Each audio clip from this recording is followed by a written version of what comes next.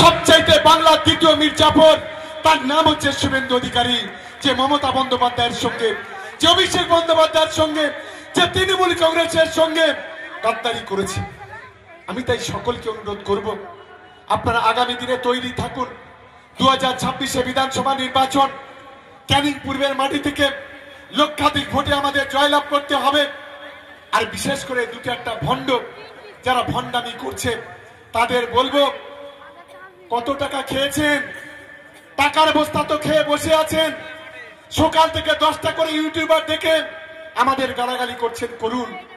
আমরা জানি পাগল ছাগল অনেক কথা বলে, রাস্তা দিয়ে গেলে কেউ ঘেউ ঘেউ করে, কেউ বাড়ি থেকে দুটো কথা বলে, কেউ ভালোবাসে আমাদের, কেউ মিষ্টি কথা বলে। আবার দুটো একটা গাদ্দার আছে, তারা বাইরে থেকে বড় বড় কথা বলে, আমাদের কোনো আপত্তি নেই।